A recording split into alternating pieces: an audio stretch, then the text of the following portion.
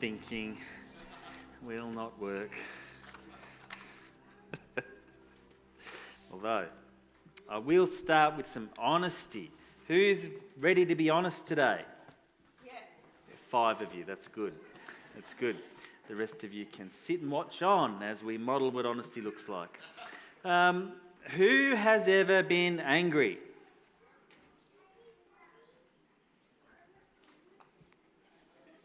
It's impressive. It's impressive that some of you haven't. It's incredible. Absolutely incredible. Here's another question. Do you think our world is getting angrier or not? Think like 30 years ago we were the same level of angriness in the world, or do you reckon we're angrier than ever before? Well, stats would show we're getting angrier. That when you poll people and ask them, just generally, do you feel angry?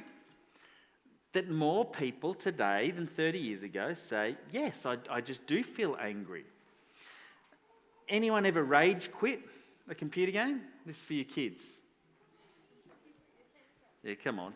Rage quit. Does anyone here not know what rage quitting is? Just turn around, kids. Have a look. Yeah. Here's another term I'll introduce to you. Rage farming. Can anyone tell me what rage farming is?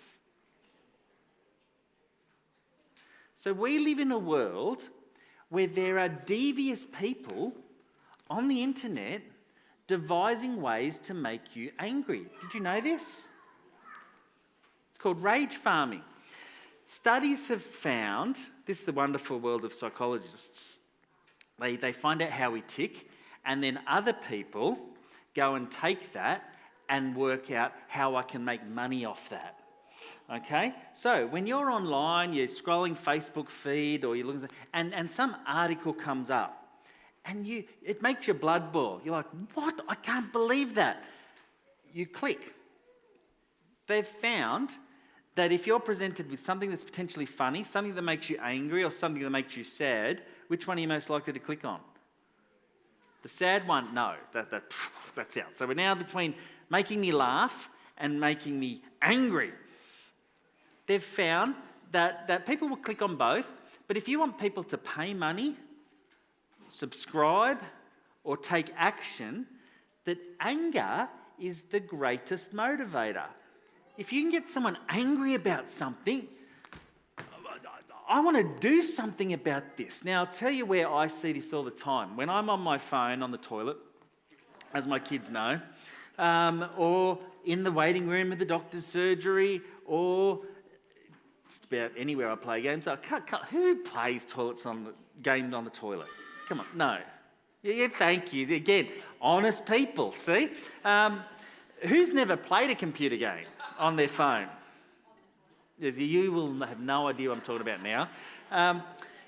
When you're playing games, ads come up, and they're trying to sell you this stuff. Now, the most common ad when you're playing games is another game. And so a game ad will pop up, and it's trying to, it's like Tetris or connect the dots or make coloured lines. And it's a simple game. And these ads will always have the worst person in the world playing it. You sit there going, how stupid are these people? It's not that hard. Like, the time's running out. And they're going, how am I going to stop it? They're like, and what does it do? It makes you angry, doesn't it? So I can't believe it. And what does that make you want to do? Look, I'll download the game and show them how it's done. This is rage farming. They're trying to make you angry so you will act. Politics do it all the time. In our current yes vote thing. What if an article had popped up in the referendum prior to it saying, Reserve Bank about to take orders from The Voice? We go, what? Some of us would be like, outraged. That can't be the case. I'm going to click on that and have a look. Or a real one that happened in real life in Canada was an article that came out. It was in a bit of a test, and it simply said this: 66% of Canadians wish Santa was female or non-gendered. So like, what? That can't be. I'm clicking that thing. Like, how can that be the case? People are out there trying to make you angry. Not only that, But we have the internet. We have media all over the world funneling the tragedies and the disasters and the injustices and the wars and the horrible things that are happening in our world being fed to us every single day, so you don't miss a thing of the tragedy of this world. Are we angrier today than we've ever been? You bet we are, and there are people trying to monopolise on that and make you angry, particularly those Canberra drivers when I'm on the road. Say it again, brother. So, we're getting angry. But I've got this question. There's lots of things that make you angry, I'm sure, when you think about what makes you angry. Rage quitting, by the way, for those who didn't know, is when you're playing a computer game and you just can't beat the level, or some fluke happens, someone takes a headshot from 2 kilometres away in some first-person shooter, or the car race you're in, someone pips you at the post and you just get so angry, you just go, ah! And you just turn the whole computer off. At its worst, it's picking up the Xbox and going, ah! And throwing it through the TV. Massive rage quits. But what makes Jesus angry? Maybe you're sitting there thinking, Jesus angry? Jesus doesn't get angry. He's calm and meek and mild, and he's loving, isn't he? What do you mean Jesus gets angry? Does he? Oh, you bet he does. He gets angry plenty of times. And today we're going to look at Luke chapter 11. And this is, after having looked at it now in depth, this is the greatest rant Jesus has in all the Bible. Is anyone a ranter here? You love to just have a good rant? Just verbalise it, just get it out there. Here, Jesus goes for it here, okay? Greatest rant Jesus ever has. So if you've got your Bible, we can open it up to Luke 11. And I'm going to set the scene, okay? So here Jesus has been talking to a group of people, been chatting away, and while he's talking, one of the Pharisees there, who was one of the religious leaders in their days, like, someone who people respected and looked up to, invited him home for a meal. Okay, now that's big. Jesus is like a celebrity in his day. And let's have a vote. Let's find a comparison, okay? There was no bigger celebrity than Jesus in his day. Like, he was. Everyone was talking about him. Like, this guy was performing miracles. He was doing amazing things. Like, if you hadn't heard of Jesus, you were nobody, okay? So I'm going to give us an option. Let's have a vote. I'm going to give you 3 options for a modern-day celebrity. Who would you invite for dinner? Option 1, Harry Styles. Any Harry Styles people? You're like, yeah, I'll have him for dinner. Sure, yeah, absolutely. That'd be awesome. Spend some time with him. Good, yep. Secondly, you could have Taylor Swift. Anyone Taylor Swift fan here? Yeah. Oh, look, even Pip would be like, yeah, I'll have Taylor Swift for dinner. Oh, David, very good. A huge Taylor Swift fan. Yep. Did you get tickets? No. Who did? Or you could have Captain Marvel. This is fictional, so who knows, why not, okay? You could have one of those for dinner. Who are we having? It looks like Taylor Swift won. So you're having Taylor Swift for dinner, okay? What are you thinking when you're having Taylor Swift for dinner? Oh, this is awesome. I'm going to invite everyone I know. Like, we're going to put on the best food, aren't you? Is that what you do? You can put the best food on. You're going to have a great party. Like, this is a wonderful thing. So this Pharisee's like going, Jesus, would you come back to my place for dinner? He's going, sure. Yes. So you come home, you get everything ready. He comes, he's got all his disciples. I mean, he comes with his posse with him, all 12 of them, plus all the hangers-on, and then all his friends, and they all gather together for dinner. And then in chapter 11 in Luke's Gospel, in verse 37, this is what it says. This is what happens. As Jesus was speaking, one of the Pharisees invited him home for a meal. So he went in and took his place at the table. His host, which is the Pharisee that invited him, was amazed to see that he sat down to eat without first performing the hand-washing ceremony required by Jewish custom. So get this, Jesus comes, he's the celebrity, he's the guest. Taylor Swift comes in, and you notice she doesn't wash her hands before she sits down to eat. And you don't say anything. You just, in your mind, you go, that's odd. Now, not doing anything wrong, Jesus isn't breaking some law from God or commandment. It simply says here that he didn't first perform the hand-washing ceremony required by Jewish custom. So this isn't a law decreed by God. Every time you sit down to eat, you must wash your hands. That's not what this is about. This is simply a socially constructed truth that these local Jewish tribe in Israel, separate to the rest of the world, thought it's a good idea to wash your hands ceremonially as a sign for God. And this is how we honour God. It's what they do. It's just their thing. No, God didn't want it. God didn't say you must do it. It's just how they do it. And he notices, just in his mind, just thinks it, Jesus didn't wash his hands. Oh. Now, it doesn't say here, but Jesus knows what he's thinking. And he goes on in verse 39 to say this. Then the Lord said to him, "You Pharisees are so careful to clean the outside of the cup and the dish, but inside you are filthy, full of greed and wickedness. Fools! Didn't God make the inside as well as the outside? So clean the inside by giving gifts to the poor, and you will be clean all over." And you'd be thinking to yourself, whoa, gee, that was harsh. But Jesus doubles down. "What sorrow awaits you," in 42, "you Pharisees, for you are careful to tithe even the tiniest income from your herb gardens, but you ignore justice and the love of God. You should tithe, yes, but do not neglect the more important things. What sorrow awaits you, Pharisees, for you love to sit in the seats of honour in the synagogues and receive respectful greetings as you walk in the marketplaces. Yes, what sorrow awaits you, for you are like hidden graves in a field. People walk all over them without knowing the corruption they are stepping on." I mean, wow. Again, imagine Taylor Swift turns up, you thinking you might wash your hands, and she starts ripping into you about, "You're not a real Taylor Swift fan. Look at you. You don't know my albums. You are filthy. You're a fool, in fact. Like, you're ridiculous. Like, what a hypocrite you are.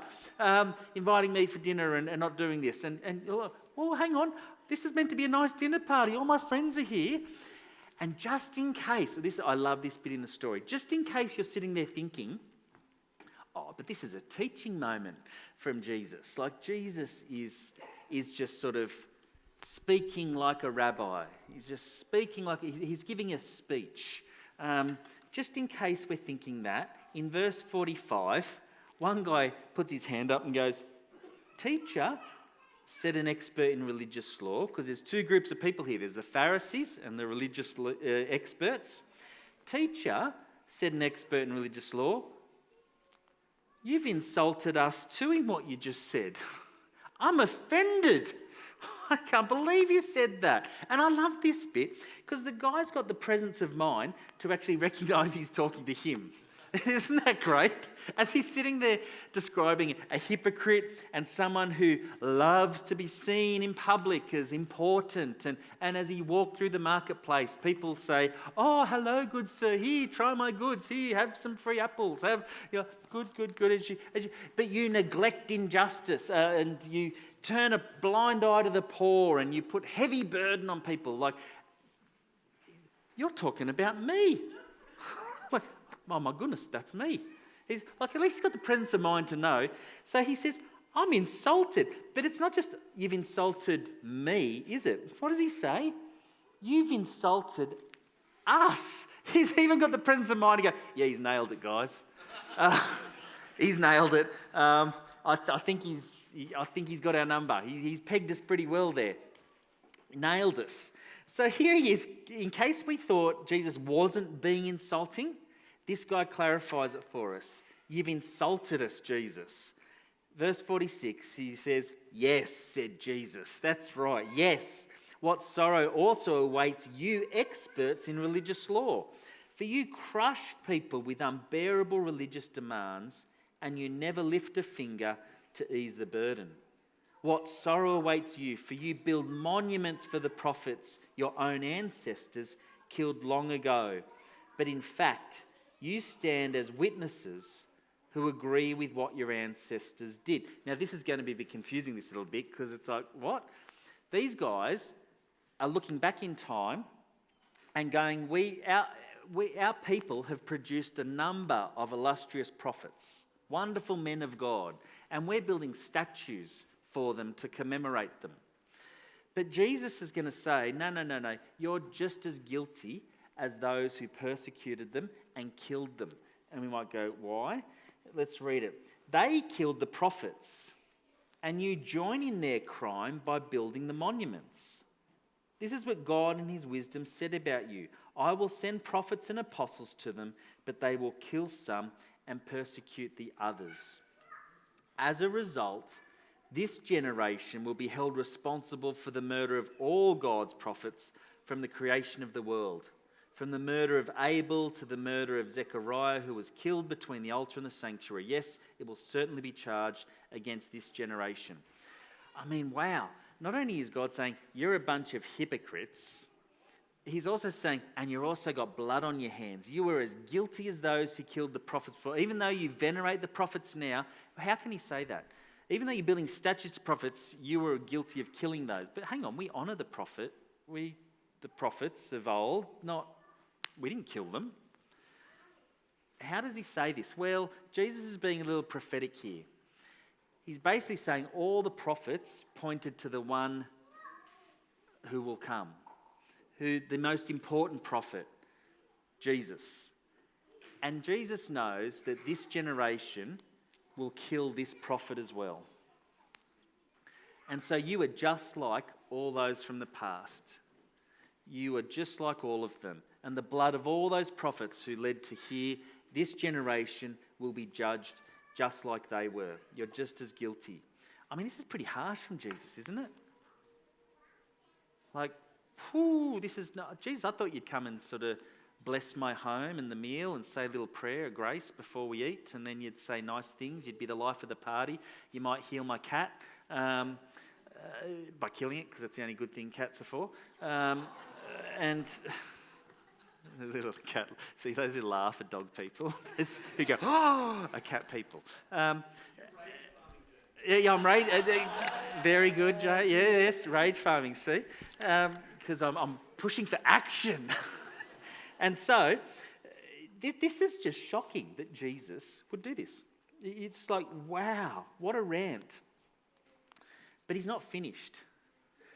What sorrow awaits you, you experts in religious law, for you remove the key to knowledge from the people. You don't enter the kingdom yourselves, and you prevent others from entering. As Jesus was leaving, the teachers of religious law and the Pharisees became hostile and tried to provoke him with many questions. They wanted to trap him into saying something they could use against him. I mean, no wonder. I mean, you go to a dinner party, and they haven't even eaten. Like he could have had the decency to wait till we've eaten at least, couldn't he? But this is at the very beginning. Like, he didn't wash his hands. Boom, and he's into them. I mean, how uncomfortable is that? Have you ever eaten dinner and sat there going, I'm just not going to look at anybody, I'm just going to eat my food. Have you ever been to an uncomfortable dinner party like that? Like, I have. Not talking to anybody. It's horrible. So there's Jesus' rant. He's just smashed them, insulted them, and when they've said, you've insulted us, he's gone, that's right. No wonder they walk away hostile to him. No wonder they sit there going, what just happened there? Like, but why is he angry? What in that story makes Jesus angry? He accuses them of lots of things. And one of you might go, well, maybe because they're hypocrites. They're being hypocritical. Everyone know what the word hypocrisy means? It means you say one thing, but you do another. So you say you love God, but then you don't really do anything to love God. You say that God is just and good, and yet you ignore the poor. That's hypocrisy. In fact, I wasn't consulted. I wasn't here at this church when we changed the name from Belconnen Baptist Church to Mosaic Baptist Church. But if I had been, there would have been an anonymous slip put in by me as a name suggestion with the name Hypocrites Anonymous. I think it's the greatest name for a church ever. Hypocrites Anonymous, where we can all come and say, hello, my name's James, and I'm a hypocrite. Because who of us aren't? Who else? And Christians, you may not hear this anywhere else, Christians are the greatest hypocrites on earth. Did you know this? Why? Because it's just like it's not because we're worse than anybody else. We're just like everybody else. But we hold such high and lofty and holy and godly ideals and values that the difference between that and us is greater than anybody else. We speak about such wonderful things, and it's right to speak about that. So we're all hypocrites, okay? So let's just get over that, and people can go, I don't like the church because they're full of hypocrites. So that's right, come join us. We shouldn't be afraid of that. I don't think it's because of their hypocrisy that he's angry. If that was the case, Jesus would be angry all the time. Hypocrites are everywhere. I think he's really, really angry, and it highlights it here in verse 52, which is the last thing he says to them. It says, what sorrow awaits you, experts in religious law, for you remove the key to knowledge from the people. You don't enter the kingdom yourselves, and you prevent others from entering. I think Jesus gets angry when we stop people from knowing God. When you put barriers in the way to knowing Jesus. That's what makes him angry. He's like, the most important thing in life is for you to know God. And when you make it hard for people, that makes his blood boil.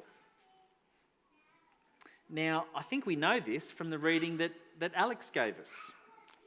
Just the verses right before this. So in context, remember it started by saying, as Jesus was speaking, he got an invite. And I think what happens at the dinner party is just an illustration of what he said beforehand. So he says this again in verse 33. No one lights a lamp, then hides it or puts it under a basket.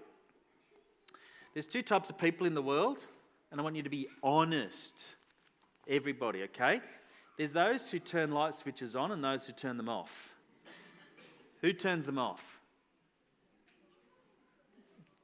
Come on, why isn't your hand up? Thank you. Honestly, I'm the light switcher honor. Louise is the light switcher offer.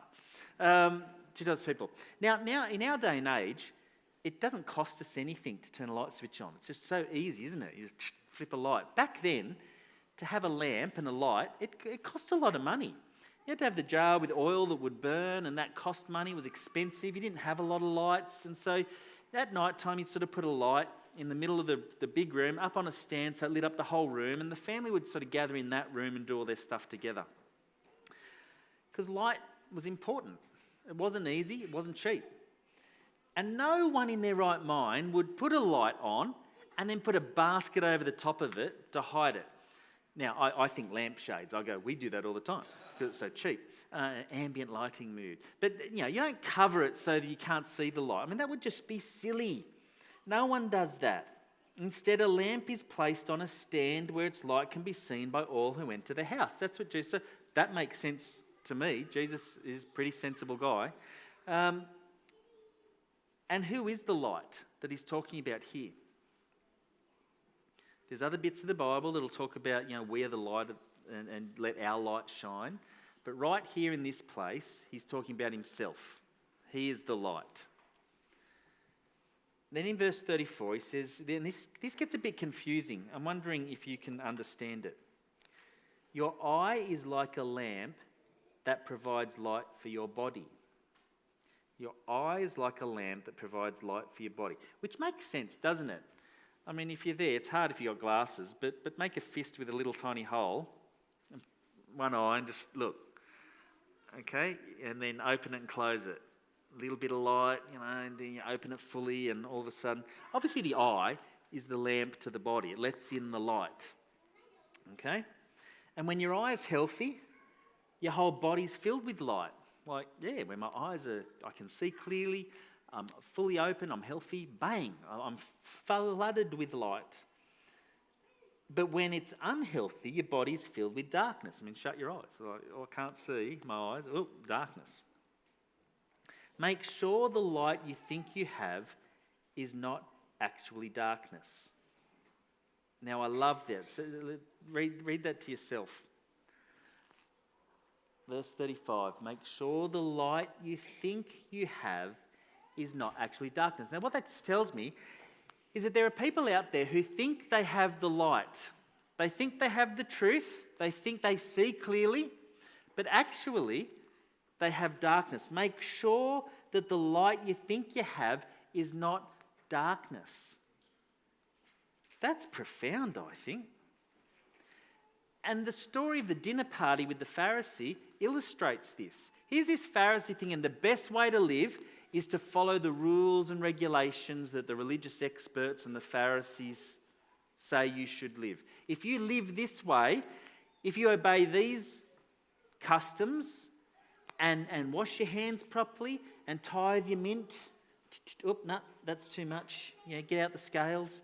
And if you do all the right things, then life's going to go well with you. You'll please God, you'll love God, God will love you, life will go well.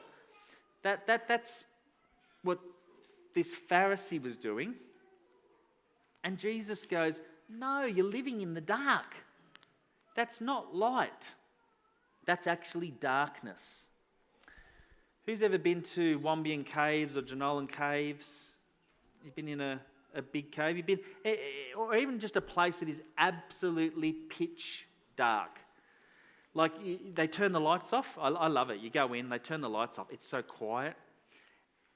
And you cannot see. Like you're waving your hand like that. You cannot see your hand in front of your face. It is so dark. There is just no light whatsoever. And isn't it incredible when you're in that really, really dark place that some 12-year-old twit who's on the tour with you will get their phone out and go, turn their light on their phone and ruin the whole experience? That ever happen?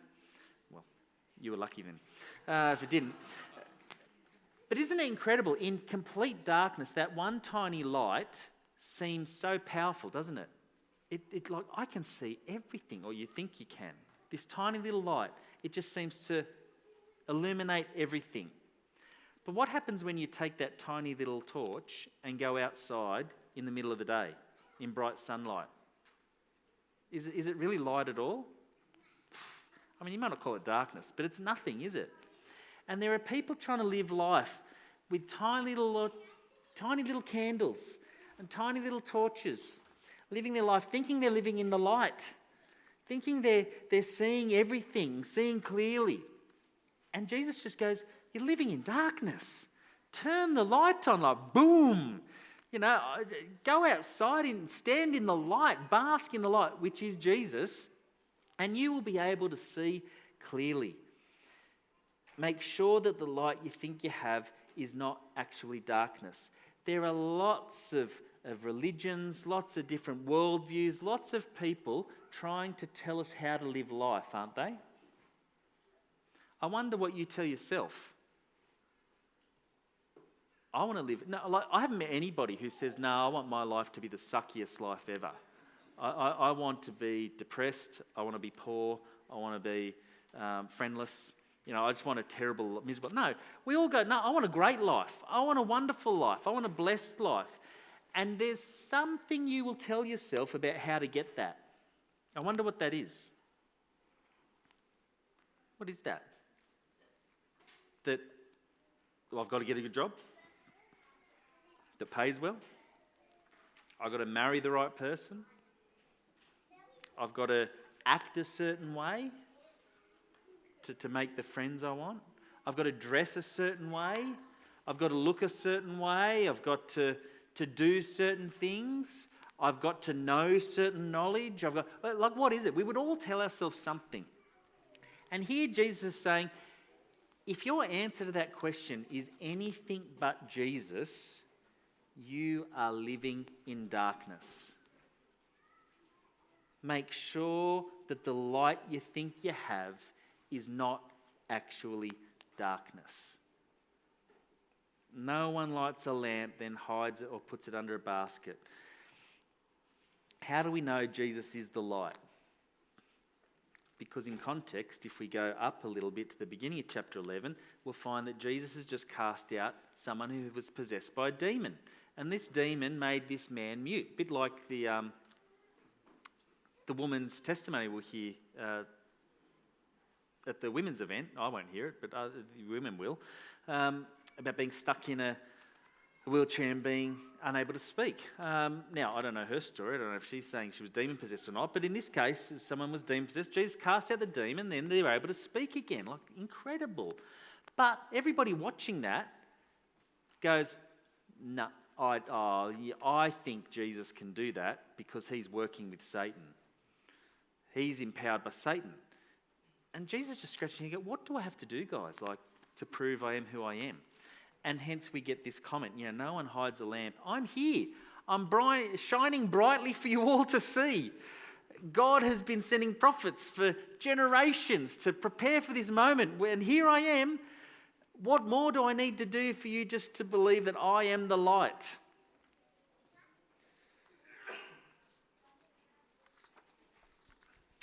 Started talking about being angry at the start.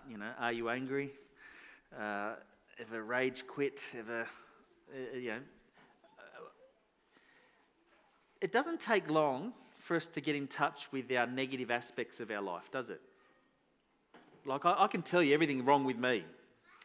I can tell you what's wrong with you too if you want. But I probably don't need to. You probably already know better than me what is not good about you. What do you do with that? How do you fix that? Where do you take your anger, your frustration? Where do you take your selfishness? How do you deal with that? What do you do with a world that is broken and crumbling and full of injustice? I mean, Jesus. He is the light. That's why we can sing about this one person who will change everything. That's why he says, if you're not following me, you're following darkness. But you've got to choose that. You've got to make an effort to choose Jesus. You've got to open your eyes to stare upon Jesus and let him fill you with life. Which is why in verse 36 it says, if you are filled with light, with no dark corners, then your whole life will be radiant, as though a floodlight were filling you with light. Jesus is the light of the world. Jesus is the only light that can fill us and puts all other lights to shame, makes them look like dark little things. And so today, are you going out today with your eyes fixed on Jesus, letting him fill your life? If you're not, there maybe you've got your eyes fixed on things that are actually darkness. Let me pray. Father God, thank you that you have revealed yourself, and you've revealed yourself brilliantly. You've revealed yourself fully in Jesus. And we thank you that you don't let us sit in our hypocrisy. You don't let us continue chasing after dark things, but you confront us and you challenge us. And today's a moment like that for all of us. All of us today, right now, have a choice to once again say, okay, Jesus, yep, I am going to pursue you. I'm going to trust you that you know what's best. And so I pray for each and every one of us here that, Jesus, you would be our light and you would come and fill us today. Where we have doubts, help us in our doubt. Where we are committed to other things, help us to lose our interest and our love of those things. Help us to put you first in all things, we pray. Amen.